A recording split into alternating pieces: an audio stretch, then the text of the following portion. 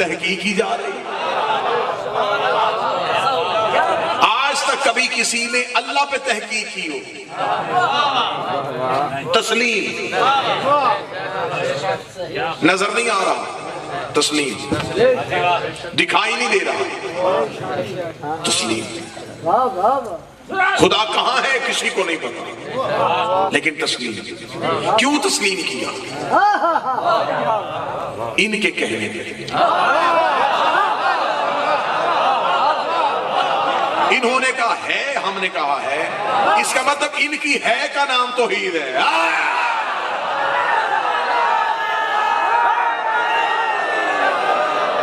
میں اور چہروں کی زیارت کرنا چاہ رہا ہوں، میں مخاطب ہوں توحید پرستوں سے، میں مخاطب ہوں ان لوگوں سے جو کہتے ہیں ہم صرف اللہ کو مانتے ہیں۔ جسے مانتے ہو اس کی طرف وضاحت تو کر کے دکھاؤ، بتاؤ تو صحیح نا کہ تم نے اللہ کو تسلیم کیا ہے تو کن کے کہنے پہ کیا ہے؟ تمہارے حواس خمسہ میں وہ ہے نہیں، تم نے اسے تسلیم کیوں کیا ہے؟ وہ کہتے ہیں انہوں نے کہا ہے تو ہم نے کہہ دیا ہے۔ اس کا مطلب یہ جو پہلی گواہی دی تھی کہ اشہد ان لا الہ الا اللہ، وہ تم نے نہیں دی، وہ انہوں نے دی تھی۔ پھر عقل پہ ماتم نہ کروں کہ جو خدا ان کے بغیر ہم تک نہیں آتا وہ ہماری عبادت ان کے بغیر قبول کیسے کر لے؟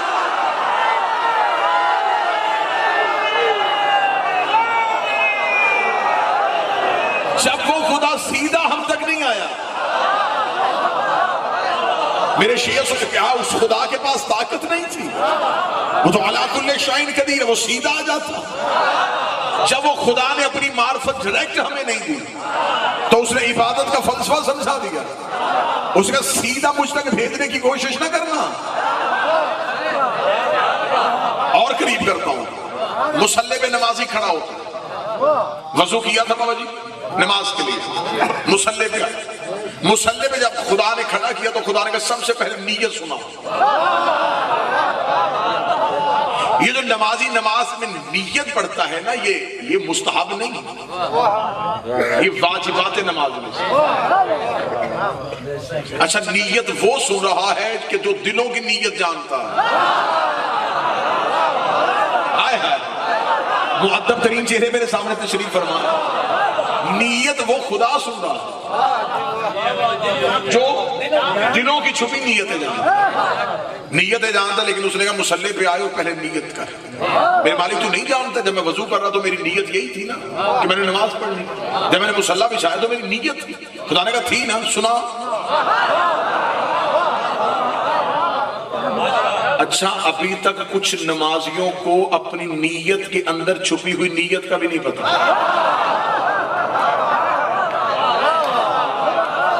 عبادت کوئی بھی ہو صاحب، چاہے وہ نماز ہے چاہے وہ روزہ ہے، اس کی نیت ہے۔ اب یہ رمضان کے روزے رکھتے ہیں نا تو افطار میں بھی نیت ہے، سحر میں بھی نیت ہے۔ نیت کیا ہے؟ ہم مصلی پہ نیت کیا کی؟ اچھا نماز پڑھنی تھی اللہ کی، لیکن جب اللہ کی بارگاہ میں نیت سنائی تو کیا نیت تھی؟ 2 رکعت نماز فجر پڑھتا ہوں قربتاً اللہ۔ یہ جو پچھلے لفظ تھے نا یہ سارے اردو کے تھے، یہ آپ کی زبان تھی، آپ کو سمجھ میں آئے۔ جو اس کے آگے آخری لفظ ہے عربی، یہ آپ کی سمجھ میں نہیں آیا۔ 2 رکعت نماز فجر پڑھتا ہوں قربتاً اللہ۔ اب اس کا ترجمہ مولوی سے کروا لینا آج میری تقریر کے بعد، کہ جو ہم نے نماز کی نیت میں نیت کی تھی وہ نیت تھی 2 رکعت نماز پڑھتا ہوں قربتاً اللہ نہیں۔ میں پڑھے لکھے لوگوں سے مخاطب، نماز اللہ کی ہے لیکن یہاں نیت کی ہے 2 رکعت نماز پڑھتا ہوں قربتاً اللہ نہیں، قربت اللہ نہیں، قربتاً اللہ، میں اللہ کی طرف قریب ہونا چاہتا ہوں۔ الہ عربی زبان میں آتا ہے طرف کے لیے، کدھر جا رہے ہو؟ الى المسجد، مسجد کی طرف۔ کدھر جا رہے ہو؟ الى البیت، گھر کی طرف۔ یہ جو رستہ ہے نا، اس رستے کو عربی زبان میں الہ کہتے ہیں۔ اب سمجھئے گا ذرا، تمہید سمجھئے گا، نمازی نے نیت کیا کی؟ میں 2 رکعت نماز پڑھتا ہوں اللہ کی طرف قریب ہونے کے لیے، یہ ہے نیت۔ اب میں اتنی بہترین نیت کی وضاحت کروں گا کہ آپ کو نیت میں سے علی دکھاؤں گا۔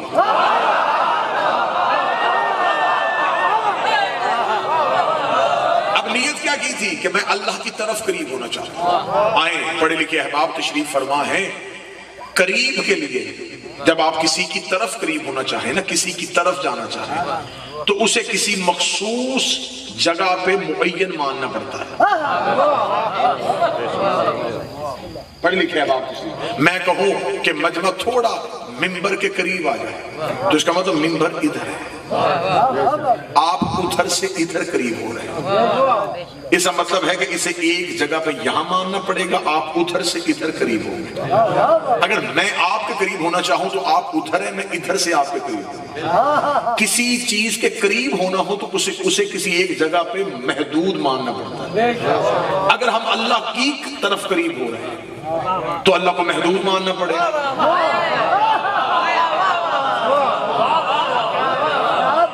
وہ کسی ایک جگہ پہ ہے نہیں.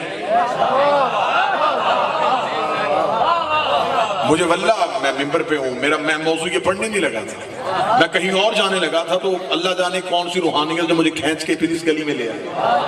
ہم جانا چاہتے ہیں اللہ کی طرف قریب. اب اس کی طرف کون بتائے گا کہ وہ اس طرف ہے؟ جب ہم نے کہا میرے مالک تو کس طرف ہے، اس نے کہا نحن اقرب الیہ من حبل الورید، میں تو تمہاری شہرت سے بھی زیادہ قریب. اور میں کا لفظ نہیں ہے، نحن، ہم.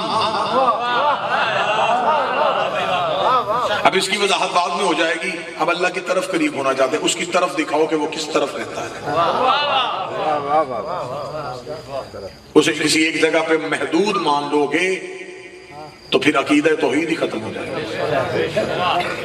چلے میں بڑا خوبصورت ادب کا جملہ دینے لگا ہوں. ادیب چہرے تشریف فرمائے ہیں، اگر اللہ کی طرف نہیں مل رہی تو اللہ کے کوئی طرفدار ہی ڈھونڈ لو.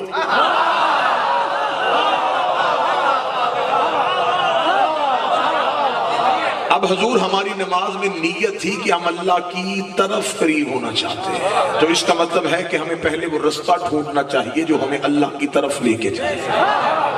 ہمیں اس رستے پہ جانا ہے کیونکہ ہم نے جانا ہے اللہ کی طرف. اللہ کے قریب نہیں جانا، اللہ کی طرف قریب جانا ہے. اللہ کے قریب ہونے کا دعویٰ کون کر سکتا ہے؟ ہم تو اللہ کی طرف جانا چاہتے ہیں. اب اس اللہ کی طرف جانے کے لیے ہمیں کوئی اللہ کا طرفدار چاہیے. میں آ گیا قرآن کی کچہری میں نے قرآن کے سامنے ہاتھ جوڑ کے کہا اے علی کے خاموش ذاکر، میں اللہ کی طرف قریب ہونا چاہتا تو مجھے بتا کہ کوئی ایسا بھی تیرے سینے میں ہے جو اللہ کے قریب گیا ہو. اور کہا 4 ہیں جو اللہ کے قریب گئے. میں نے کہا 4 کے نام بتا، میں 4 کے پاس جاتا ہوں کیونکہ میں نے نیت کر لی ہے کہ میں اللہ کے قریب ہونا چاہتا ہوں. جب میں اللہ کی طرف جانا چاہتا ہوں تو یہی مجھے اللہ کی طرف پہنچائیں گے. اس نے کہا پھر میری کچہری میں تجھے پہلا بتاؤں. میں نے کہا نام بتاؤ. اس نے کہا حضرت موسیٰ. یہ اللہ سے گفتگو کرتا تھا، اس سے پوچھ کس نے اللہ کو کہاں پایا. میں موسیٰ کے پیچھے دوڑا تو لیا والو وہ بھی کوہ طور پہ کھڑا تھا. میں نے حضرت موسیٰ سے کہا کہ میں تو آپ کے پیچھے آیا تھا کہ آپ مجھے اللہ سے ملوا دیں گے. اس نے کہا تمنا تو میری بھی یہی تھی، لیکن اس نے مجھے یہاں روک لیا کہ یہاں ہی رک جا، میں یہاں ہی تجھ سے آواز پہ بات کر لوں گا، میں یہیں تجھ سے مخاطب ہو جاؤں گا. اس نے مجھے لقاء اللہ نہیں کہا، اس نے مجھے کلیم اللہ کہا ہے. ملاقات کا دعویٰ میرا نہیں ہے، صرف اس سے گفتگو کرتا ہوں، اس سے باتیں کرتا ہوں. اسے جسم میں نہیں دیکھا، اس کا چہرہ نہیں دیکھا، اس کی تصویر میرے تصور میں ابھری نہیں ہے. یہ صرف یہاں سے آواز آتی ہے. میں نے قرآن کی کچہری میں جا کے پوچھا کہ جو اللہ موسیٰ سے بولتا یہ کیسے بولتا تھا. قرآن کا ایک شجر تھا، موسیٰ اس سے سوال کرتا تھا، اس شجر سے جواب آتا تھا. میں نے قرآن کی کچہری میں جا کے جب دیکھا کہ اللہ شجر سے بولتا تھا تو میں نے مفسرین سے پوچھا مجھے بتاؤ وہ شجر کون سا تھا. وہ بیری تھی، وہ کیکر تھا، وہ شیشم تھا. آج ہم اس درخت کو اپنے گھروں میں لگائیں کہ یہ ہے وہ برکت والا شجر جس سے اللہ بولا تھا، لیکن کسی نے اس شجر کا نام نہیں بتایا. میں بھی زمانہ طالب علم یہی سمجھتا رہا کہ کوئی اس دور کا مخصوص شجر ہوگا. موسیٰ کے دور کے بعد اللہ نے جنت میں بلوا لیا ہوگا، وہ آج زمین پہ موجود ہی نہیں ہوگا. لیکن جب میں پہلی بار نجف گیا، میں نے تحلیز امیر المومنین پہ سجدہ کیا. میں نے زیارت کی کتاب اٹھائی تو زیارت نامہ میں جملہ لکھا تھا السلام علیکہ یا شجرۃ النداء، اے بولنے والے شجر تجھ پہ ہمارا سلام. اے بولنے والے شجر، اے بولنے والے شجر تجھ پہ ہمارا سلام. اس کا مطلب کہ موسیٰ بھی اللہ کی طرف گیا. تو اللہ کی طرف جانے کے لیے علی سامنے تھے. میں نے کہا قرآن تو دوسرا نام بتاؤ، اس نے کہا پہلا موسیٰ، میں نے کہا وہ تو کوہ طور پہ کھڑے ہیں۔ دوسرے، انہوں نے کہا دوسرے ہیں ایک بطول ماں کے بیٹے، میں نے کہا نام، انہوں نے کہا عیسیٰ۔ میں دوڑا، میں نے کہا اچھا موسیٰ تو کوہ طور پہ کھڑے ہیں، عیسیٰ سے پوچھتا ہوں، یہ اللہ سے ملاقات کر چکے؟ جب میں نے حضرت عیسیٰ سے پوچھا، انہوں نے کہا میں تو چوتھے آسمان پہ انتظار کر رہا ہوں۔ میں نے کہا کس کا؟ اس نے کہا اس نے روکا ہے، تو بھی انتظار کر، میں بھی انتظار کر رہا ہوں، میں تو خود انتظار کرنے میں ہوں، مجھے چوتھے آسمان پہ روک۔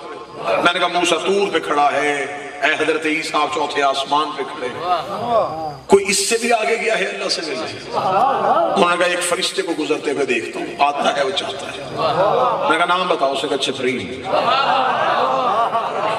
اب مجھے نہیں پتا کون اس گفتگو کا لطف لے رہا ہے، کہاں کہاں عشق پر پھوٹ رہے ہیں۔ میں نے جا کے دیکھا کہ موسیٰ طور پہ کھڑے تھے، عیسیٰ چوتھے آسمان پہ کھڑے تھے، حضرت عیسیٰ نے جبریل کا رستہ دکھا دیا۔ میں نے جا کے کہا اے جبریل تو مجھے بتا کیا تو بھی اللہ سے ملاقات کرتا ہے؟ تو لیا والوں لطف لینا، جب میں جبریل کے پیچھے گیا تو وہ بھی سدرہ پہ کھڑا کانپ رہا تھا، وہ بھی سدرہ پہ کھڑا کانپ رہا تھا۔ میں نے کہا اس سے آگے، اس نے کہا اس سے آگے جاؤں گا تو پر جل جائیں گے، اس سے آگے وادی نور ہے، نہ مجھ سے کبھی اس سے ملا ہوں، نہ میں نے کبھی اس سے دیکھا ہے۔ میں نے کہا موسیٰ طور پہ کھڑے ہیں، عیسیٰ چوتھے آسمان پہ کھڑے ہیں، تو وحی کا امین ہے لیکن تو بھی سدرہ پہ کھڑا ہے، کیا تو بتا تجھ سے بھی آگے کوئی گیا ہے؟ جبریل نے کہا تیرے عقیدے کا چوپن آ جائے گا، میں سدرہ پہ کانپ رہا تھا اور مصطفیٰ نالین پہن کے چلے گئے ہیں، میں سدرہ پہ کھڑا کانپ رہا تھا اور مصطفیٰ نالین پہن کے چلے گئے ہیں۔ میں نے کہا اچھا نبیوں کا نبی، تیرا شرف ہے کہ تو اللہ سے ملاقات کر کے آیا ہے، موسیٰ طور پہ، عیسیٰ چوتھے آسمان پہ، جبریل سدرہ پہ، اے نبی بتا کیا تو نے اللہ کو دیکھا؟ فرمایا میں بھی ملنے کے لیے گیا تھا لیکن جب پردہ اٹھا تو اندر سے علی کا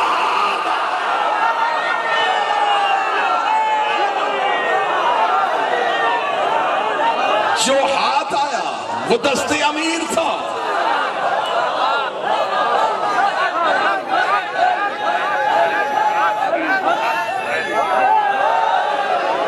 علی کی عزت عطا، شہزادی عزت عطا،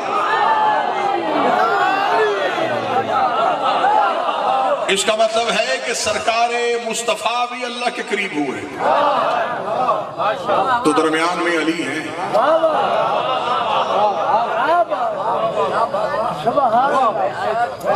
تو شاہول میں علی بعد میں نکالنا، پہلے نیت سے نکال کے دکھا۔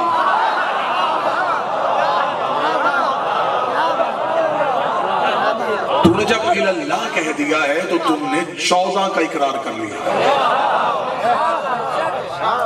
ان کے بغیر تو کوئی اللہ سے ملا سکتا ہی نہیں۔ ہر ایک نبی دنیا میں آیا، ہر ایک نبی نے اپنی امت سے کہا کہ اللہ ہے، لوگوں کا دلیل تو انہیں کوئی نہ کوئی چیز دلیل میں دینی پڑی۔ حضرت آدم ہے، انہوں نے کہا اللہ ہے، لوگوں نے کہا دلیل دے، کہاں ہے؟ اب دکھا سکتے نہیں تھے، دکھاتے کیسے اگر خود دکھا ہوتا؟ لوگوں کا دلیل، فرمایا یہ گردش لیل و نہار، دن کا نکلنا، رات کا چھانا، ہواؤں کا چلنا، پانی کا برسنا، یہ دلیلیں ہیں، یہ سب کچھ میرا اللہ کر رہا ہے۔ کچھ نے مان لیا، کچھ نے نہیں مانا۔ اگلے نبی آ گیا، اس نے کہا اللہ ہے، لوگوں کا دلیل دے۔ فرمایا تنور سے پانی نکلے گا، پہاڑوں کے اوپر جائے گا، جو میری کشتی میں بیٹھے گا یہ بچ جائے گا، اس بات کی دلیل ہے کہ میرا اللہ ہے جو بچا رہا ہے۔ حضرت نے دلیل دی، میرا اللہ ہے جو بچا رہا ہے۔ دلیل کیا دی؟ کشتی۔ حضرت موسیٰ اللہ ہے، لوگوں کا دلیل، فرمایا کوہ طور۔ حضرت ابراہیم اللہ ہے، لوگوں کا دلیل، فرمایا نار نمرود کا گلزار ہوگا۔ حضرت اسماعیل اللہ ہے، لوگوں کا دلیل، فرمایا چھری کے نیچے سے زندہ نکل رہا۔ ایک ایک نبی نشانیوں سے اللہ منواتا رہا۔ حضرت عیسیٰ نے لوگوں کا دلیل دے اللہ ہے، فرمایا ید بیضا، ٹھوکر سے مردے کا زندہ ہونا، یہ دلیلیں ہیں، یہ سب کچھ میرا اللہ۔ نبی موجزوں سے اللہ منواتے رہے۔ اللہ جانے کون بندہ ہے جو پورے مجمع سے لطف لے گا۔ امیر المومنین کوفے کے ممبر پہ بیٹھے ہوئے تھے، فرمایا کوفے والو اللہ ہے، میں کہا دلیل، فرمایا ہم لیکن ہاتھوں کو ہمیشہ سلامت ہے، ہم دلیل ہیں۔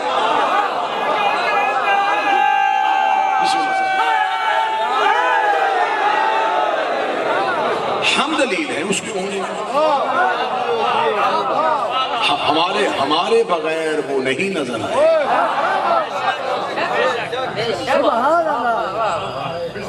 ہم ان کی الوہیت کے قائل نہیں، ہم ان کی ولایت کے قائل.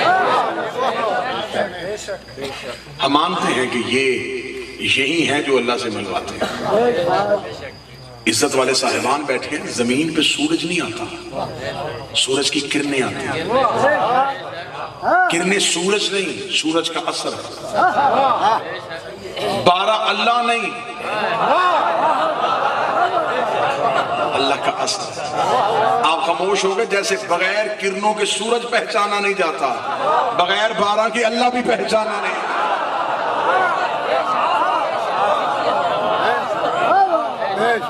اس کا مطلب اگر آپ نے قربتاً اللہ پہ جانا ہے تو سب سے پہلے آپ کو ان کے دروازے پہ آنا پڑے. ان کے بغیر تو وہ ملتا ہی نہیں، ان کے بغیر تو وہ دکھائی نہیں دیتا.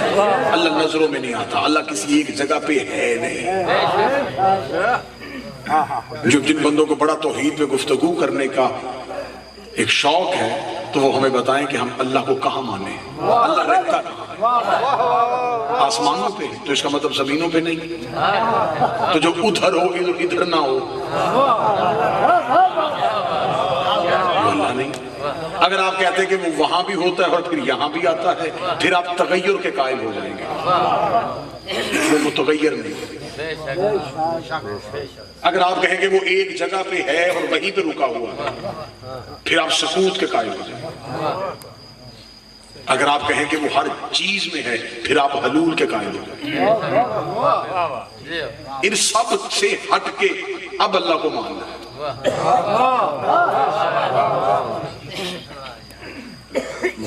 گفتگو خشک تو نہیں ہو رہی ان کے سوا، کیونکہ میں گفتگو کو لے کے آؤں گا فزت برب الکعبہ میں. کہ یہ سجدے میں جملہ میرے امیر کی زبان سے کیوں لکھا؟ اس میرے مالک کی زبان سے نکلے ہوئے اس جملے کی تاثیر کیا تھی؟ ہم اللہ کو کہاں مانیں گے؟ زمینوں پہ مانیں، آسمانوں پہ مانیں، مختلف جگہوں پہ مانیں، کہاں مانیں؟ ایک شخص نے آ کے میرے مولا سے پوچھا، مولا اللہ کہاں ہے؟ فرمایا پہلے تو بتا تو کہاں ہے. ہائے ہائے ہائے ہائے ہائے.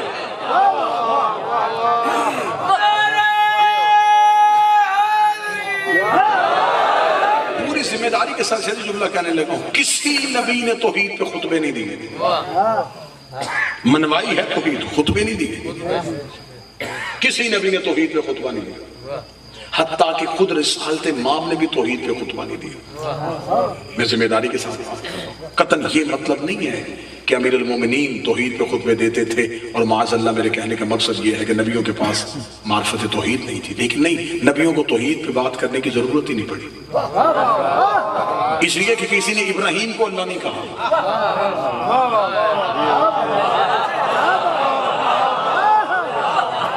کسی نے حضرت موسیٰ کو اللہ نہیں کہا، کسی نے رسالت ماں کو بھی اللہ نہیں کہا. اللہ ہونے کا شک ہوا ابو طالب کے بیٹے کو. جس پہ شک ہوا اسی نے توحید میں خطبے دینے شروع کر دیے، اسی نے توحید میں گفتگو کرنی شروع. زندگی وار کے رکھ دوں اپنے شہنشاہ پہ. کوفے کے ممبر پہ تو ریت پہ ایک چیونٹی گزر رہی تھی. فرمایا کیا کمال ہے اس کا جس نے علی کو یہ فضیلت عطا فرمائی ہے. میں یہ بھی جانتا ہوں کہ اس کے دماغ میں عقیدہ توحید کیا ہے.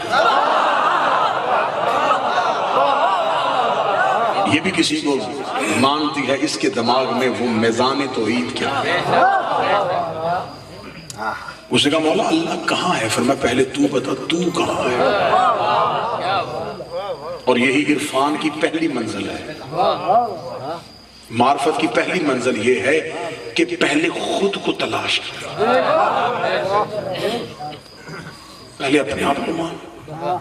اور یہ دعائے معرفت جو تاکید کے ساتھ پڑھنے کا حکم ہے، اس میں بھی سب سے پہلے یہ ہے میرے اللہ مجھے میرے نفس کی معرفت عطا فرما، تاکہ میں پہلے اپنے آپ کو تو پہچانوں. اگر میں اپنے خود کو نہیں پہچانوں گا تو میں تیری حجت کو کیسے پہچانوں؟ پہلے خود کو پہچانو کہ تو کہاں ہے. اگر مجھ سے کوئی پوچھے کہ میں کہاں ہوں تو آصف میرا اسم ہے، میری ذات نہیں۔ خطابت میری صفت ہے، میری ذات ہے۔ میں ممبر پہ ہوں، میں تقریر کر رہا ہوں، گاڑی پہ بیٹھوں گا تو میں دنیا کی باتیں کروں گا، صفت موصوف سے کبھی جدا ہوتی ہے، کبھی مشترک ہوتی ہے، ٹھیک ہے۔ میری ذات کہاں ہے؟ نام جو ہے، میرا اسم جو ہے وہ آصف، وہ میری ذات کی پہچان ہے، ذات نہیں ہے۔ آپ کہیں جو سامنے بیٹھا ہوا یہ تو ہے، نہیں، یہ میرا جسم ہے، میں نہیں ہوں، میرا جسم۔ وہ جس کا جسم ہے وہ کہاں ہے؟ بات مشکل تو نہیں ہوگی؟ میرا چہرہ، میرا، وہ میں کہاں ہوں؟ میری آنکھیں، میرے ہاتھ۔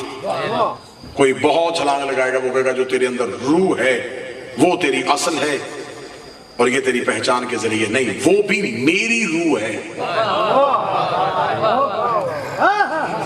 میں کہاں ہوں؟ اس کا مطلب ہے کہ مجھے اپنے اندر میں ہی نہیں مل رہا۔ خدا نے ذات کو ہی اپنے اندر گم کروا دیا، خدا نے انسان کے اندر ہی انسان کو گم کر دیا کہ تیری ذات کو ہی میں نے تجھ میں پوشیدہ کر دیا۔ تو ساری زندگی اپنے آپ کو ڈھونڈ لے، تجھے تیرا اپنا آپ ہی نہیں ملے گا۔ جب تجھے تیرا اپنا آپ ہی نہیں ملے گا تو اس کو بنانے والا تجھے کیسے مل جائے گا؟ لہٰذا میرے اندر میری ذات ہے اور لیکن وہ نظر نہیں آ رہی، وہ پہچانی نہیں جا رہی۔ اگر کوئی مجھ سے کہے کہ میں آپ سے ملنا چاہتا ہوں تو مجھ سے ملنے کا ایک طریقہ ہے کہ میری ذات آپ کو نہیں ملے گی۔ آپ جہاں میرا وجود پالیں گے سمجھے کہ آپ نے میری ذات کو پا لیا۔ اگر آپ نے گفتگو سننی ہے تو آپ میری زبان سن لیں، اگر آپ نے دیکھنا ہے تو میرا چہرہ دیکھ لیں، اگر آپ نے ملنا ہے تو میرے ہاتھوں کو چھو لیں۔ خدا نے بھی کہا میرے بدن کو تلاش نہ کرو، پہلے دیکھو وجہ اللہ کہاں ہے، عین اللہ کہاں ہے، ید اللہ۔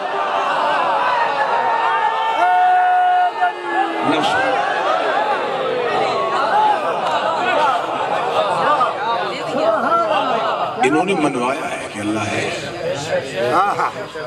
انہوں نے منوایا ہے کہ یہی وجہ ہے کہ امیر المومنین جیسی ذات جو 80 جنگوں میں موجود ہے وہ میدان جنگ میں شہید نہیں ہو رہے۔ میرے اللہ اگر تو نے شہادت کا درجہ دینا ہے تو میدان جنگ میں دے۔ بہادر ہے میرے شہنشاہ، میدان جنگ میں شہید ہوں گے، زیور ہے یہ بھی توحید کا کہ میرا علی مجھے بچاتا بچاتا میدان جنگ میں شہید ہو گیا، لیکن مسلح کا انتخاب علی اور خدا کا مشترکہ منصوبہ تھا۔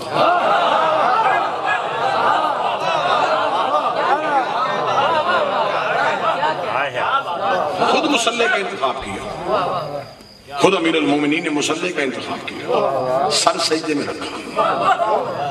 اب جب بھی شہادت علی پڑھے جائے گی تو کہا جائے گا کہ ضرب سر پہ لگے، میں فضائل پڑھ رہا ہوں اور سر سجدے میں تھا۔ جب سجدہ سنو گے تو پھر کوئی پوچھے گا کہ پھر بھی اللہ تو نہیں تھا، اگر اللہ ہوتا تو سجدہ تو نہ کرتا۔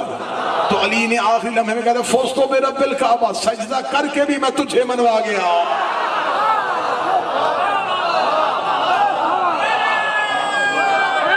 بات کا لطف لیجئے گا، قاتل کا مقصد کیا تھا؟ قاتل انتظار کرتا رہا، اس نے وضو کرتے ہوئے امیر المومنین کا قتل نہیں کیا جبکہ وہ مسجد میں موجود تھا۔ اس نے امیر المومنین کو مسلح تک آتے ہوئے قتل نہیں کیا، اس نے مسلح کا انتخاب کیا۔ اب بڑی چھپی ہوئی بات ہے، اللہ جانے کون سمجھے۔ قاتل مسلح پہ علی کو قتل کر کے وہ چاہتا تھا کہ میں عبادت اور علی کو جدا کر دوں، لیکن امیر المومنین نے مسلح کی زین نہیں چھوڑی، مسلح کی زین پہ سوار رہا میرا شہنشاہ، اور امیر المومنین نے سر سجدے میں رکھ دیا۔ مسلح پہ عبادت اور علی اتنے آپس میں لازم اور ملزوم ہو گئے کہ مسلح نے بھی علی کی زخمی پیشانی کو چوم کے کہا میں قیامت تک وہ نمازی برداشت نہیں کروں گی جس کے دل میں تیری ولایت ہے۔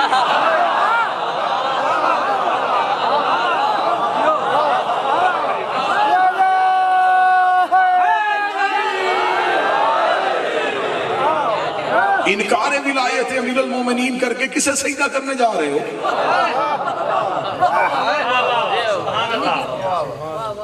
امیر المومنین کو عبادت سے جدا کر کے کسے ماننے جا رہے ہو؟ اللہ کو، وہ اللہ جو تمہیں اس نے منوایا تھا۔ 40 ہجری 19 رمضان کا سجدہ توحید کی بقا بن گیا۔ توحید پھر خطرے میں آئی تو پھر کربلا میں ایک اور سجدہ ہو گیا۔ ان کے سجدے توحید کے نشان بنتے گئے، ان کی پیشانیاں وحدت کے رستے بنتی گئی۔ انہوں نے گواہیاں دے دیں کہ ہم گواہی دیتے ہیں کہ وہ ہے۔ بڑے خوش قسمت ہے یہ قوم کہ ہم نے انہیں مانا ہے جنہوں نے اسے منوایا۔ یہی وجہ ہے کہ اس نے کہا کہ مجھے ان کے بغیر اپنا ذکر اچھا ہی نہیں لگتا۔ اس اگر صلو علیہ وسلم تسلیما، انہیں ایسے تسلیم کرو جیسے تسلیم کرنے کا حق ہے۔ میرے مالک کیا فرمایا؟ فرمایا میں اور میرے فرشتے بھی ان پہ درود پڑھتے ہیں۔ اچھا، درود کی فضیلت کا بھی ابھی تک نہیں پتہ چل سکا۔ خدا نے کہا کہ میں اور میرے فرشتے درود پڑھتے ہیں اور تم بھی درود پڑھو۔ ہم نے آگے سے کیا کہا؟ اللہم صلی علی محمد والے، میرے اللہ تو درود پڑھ، وہ کہہ رہا ہے تم پڑھو، ہم کہہ رہے ہیں کہ تم پڑھو۔ وہ ہمیں پڑھوا رہا ہے، ہم اسے پڑھوا رہے ہیں۔ اصل درود کیا ہے؟ اللہم صلی علی محمد وآل محمد کا ترجمہ کیا ہے؟ میرے اللہ تو درود پڑھ، وہ کہہ رہا ہے تم پڑھو۔ اگر اب اس کو زبان معصوم سے میں آخر میں اس کی وضاحت کر دوں، معصوم سے پوچھا گیا مولا حقیقت درود کیا ہے؟ ہم کہتے ہیں کہ تو پڑھ، وہ کہہ رہا ہے کہ تم پڑھو۔ فرمایا خالق اور مخلوق کے درمیان فیض کا وسیلہ ہم ہے۔ وہ سیدھا مخلوق کو نہیں دیتا۔ اللہم صلی علی، ہم کہتے درود پڑھ۔ جب وہ درود پڑھتا ہے تو جب ہم نے اسے کہا درود پڑھ تو اس پہ واجب ہے اب پڑھنا۔ یہ وہ دعا ہے جسے اس نے قبول کرنا ہی کرنا ہے۔ جب ہم نے کہا تو درود پڑھ تو اس نے درود پڑھا، جب اس نے درود پڑھا تو اس نے فیض ان تک پہنچا دیا۔ پھر جب ہم نے کہا صلی علی محمد وآل محمد تو انہوں نے فیض ہم تک پہنچا دیا۔ ہم اپنی دعائیں انہیں دیتے ہیں، یہ اسے پہنچاتے ہیں، وہ اپنا فیض انہیں دیتا ہے، یہ ہمیں پہنچاتا ہے۔ اس ترسیل کو درود کہتے ہیں۔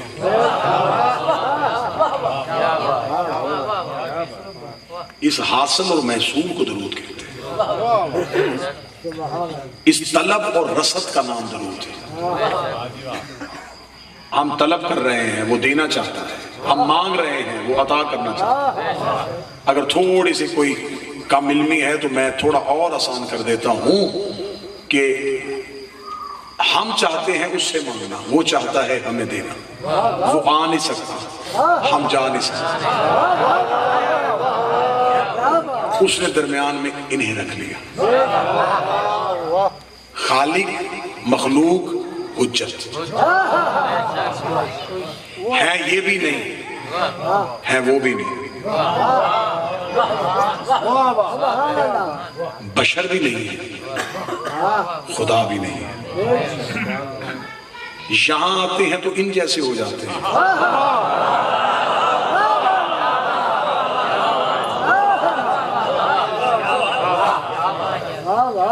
وہاں جاتے ہیں تو اس جیسے ہو جاتے ہیں۔ دین میں سے حجت نکال دو تو دین کی چھتی زمین پہ گر جائے۔ حجت دین کی عمارت کی ستون ہے۔ انہوں نے زمانے میں ظاہر کیا ہے، انہیں ہم کہتے ہیں مظہر، یہ اللہ کے مظہر ہے۔ مثلا میں ابھی اس کی بڑی سادہ سے مثال دے دیتا ہوں کہ یہ جو لائٹ سامنے ہے یہ خود نہیں جل رہی، اسے بجلی نے روشن کیا ہوا ہے، جس نے اسے روشن کیا ہے وہ نظر نہیں آ رہی۔ بات سمجھ میں آ رہی ہے یا رائتی دعا دے رہے جی؟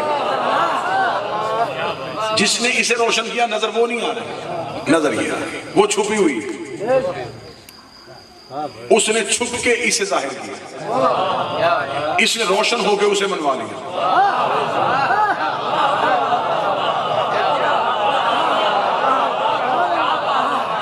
اسے سامنے آنے کی ضرورت ہی محسوس نہیں ہوئی، اس کا کام تو مخلوق تک فیض پہنچانا تھا نا، تو اس نے پہنچا دیا، اسے ظاہر ہونے کی ضرورت نہیں۔ ابھی تھوڑی دیر کے بعد یہ لائٹ بند ہو جائے تو کوئی نہیں پوچھے گا بلب تو نہیں ٹوٹ گیا، ہر کوئی پوچھے گا بجلی تو نہیں چلی گئی۔ اس کا مطلب مظہر خاموش ہو جائے تو پیچھے سے حقیقت چلی جاتی ہے۔ مہمان ہوں تمہارا منت کر کے جا رہا ہوں، علی اللہ کا مظہر ہے، علی کو جہاں سے نکالنا سوچ کے نکالنا، جہاں سے علی چلا جائے وہاں سے اللہ بھی چلا جائے۔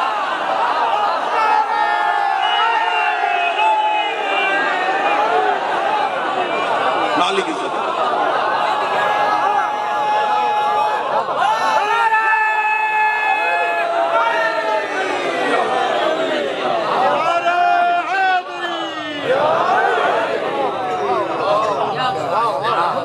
یہ ہے دین میں حجت کا کردار۔ یہ جو گریڈ سٹیشن سے بجلی آتی ہے نا، اس کے وولٹیج بڑے زیادہ ہوتے ہیں، یہ سیدھی ہمارے گھروں تک نہیں آ سکتی کیونکہ ہمیں اتنی ضرورت نہیں ہے۔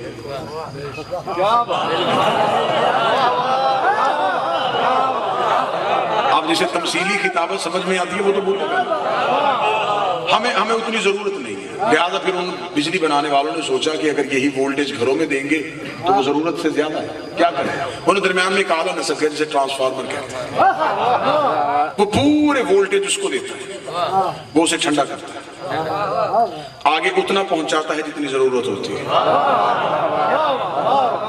حجت توحید سے پوری طاقت لیتی ہے،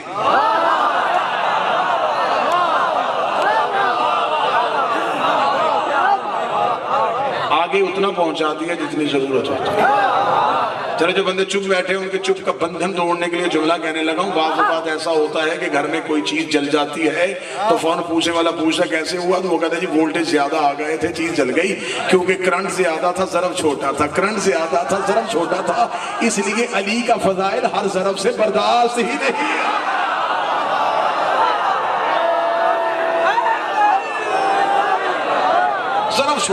ضرب چھوٹا ہو فضائل زیادہ پڑھ دیا جائے تو جس جگہ پہ کسی سوئچ میں زیادہ وولٹیج آ جائے تو وہاں سے کیا ہوتا ہے، جل جاتا ہے۔ یہی منکر کے ہاں بھی علت ہے، فضائل زیادہ سنیں،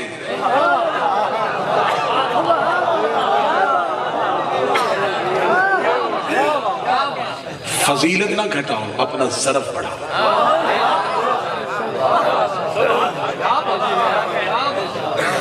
میرے شہنشاہ کا فرمان مقدس ہے، مالک فرماتے ہیں کہ اگر تمہارے سامنے ہمارے فضائل پڑھے جائیں اور اگر تمہارے ہاں معرفت کی کمی ہے تو تم ہماری فضیلت کا انکار نہ کرنا، ہم سے معرفت کی بھیک مانگنا،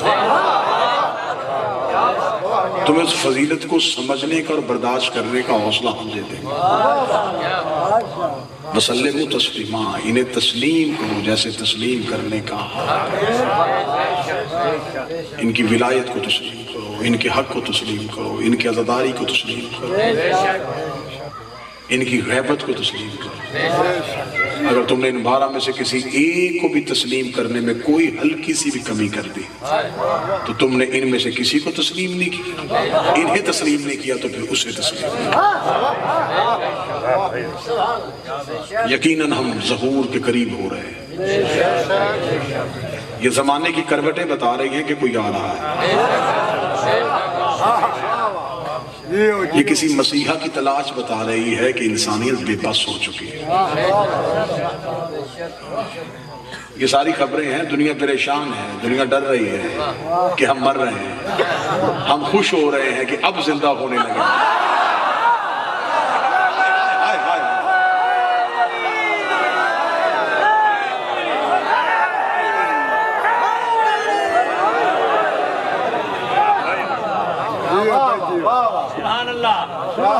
اب ہم زندہ ہونے لگے۔ لوگوں کے ہاں موت مرنے کو کہتے ہیں، ہمارے ہاں موت پلٹنے کو کہتے ہیں۔ ہم تو آباد گھروں کے انتظار میں بیٹھے، ہم تو اس خاندان کی شاہی کو دیکھنے کے انتظار میں۔ ہمیں خبر ہے کہ کوئی آئے گا جو بند دروازوں کے تالے کھولے گا، کوئی آئے گا جو شکستہ قبر پہ کھڑا ہو کے رو کے کہے گا اٹھ میری جدہ، میں تیرا انتقام لینے کے لیے۔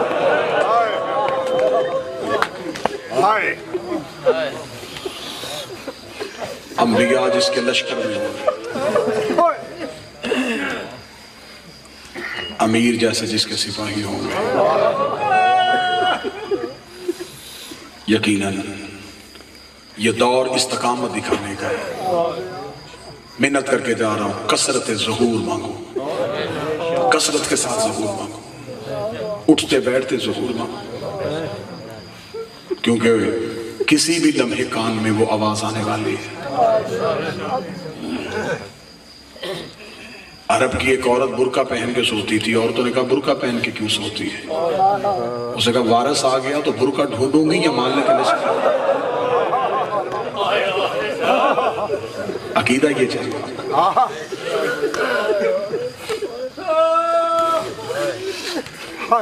ایک بڑھا روزانہ گھوڑے پہ بیٹھ کے تلوار لے کے چوک میں کھڑا ہو جاتا ہے،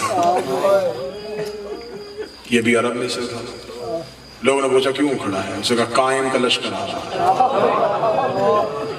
ایک دن چند لوگوں نے اسے مذاق میں کہا تو یہاں کھڑا ہے، لشکر تو شہر کے باہر آ گیا ہے۔ اس نے گھوڑا دوڑایا اور پھر وہ واپس نہیں آیا، یقیناً وہ مالک کے لشکر میں پہنچ گیا۔ ایک شخص نے میرے شہنشاہ سے پوچھا تھا مالک جس دور میں آپ میں سے کوئی نہیں ہوگا اس دور کے شیعہ کیا کریں گے؟ فرمایا وہ کون سا دور ہوتا ہے جب ہم نہیں ہوتے؟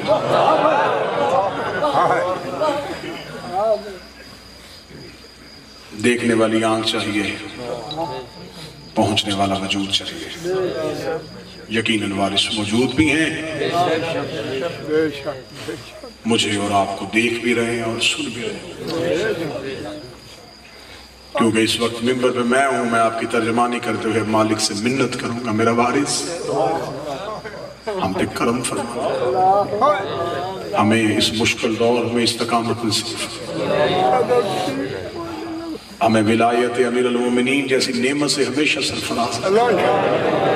میرے بعد میرے بھائی آپ کو تفصیلی شہادت سنائیں گے، دو درد تاکہ آنکھ میں آنسو آئے، رخسار پہ آئے میری عاقبت کا اور آپ کے آنے کا سامان ہوگا۔ دعا کرتا ہوں میرا مالک عید قریب ہو اور بیٹی یتیم ہو۔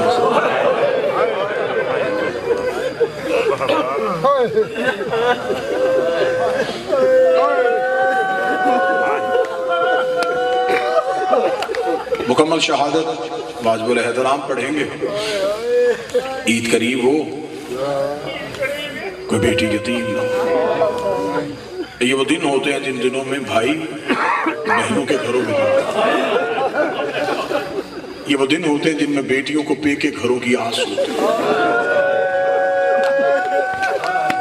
بھائی مزدور بھی ہو نا، ریڑھی لگاتا ہوں، وہ بہن کو عید دینے جائے، بھائی سے عید لے کے بھائی کے ہاتھ میں رکھ کے کہتے ہیں مجھے پیسوں کی ضرورت نہیں، اللہ تیری جوانی کو سلامت رکھے، بس میرے گھر آیا کر، میرا پے کا مان سلامت رہے کہ میرے بھائی ابھی موجود ہیں۔ یہ میں نے کی یہ معاشرے کی بات، میں نے صرف معاشرے کا درد پڑھا اور آپ کی آنکھیں برس گئیں۔ جب میں عالیہ کا درد پڑھوں گا تو پھر ماتم کی کیا حالت ہوگی۔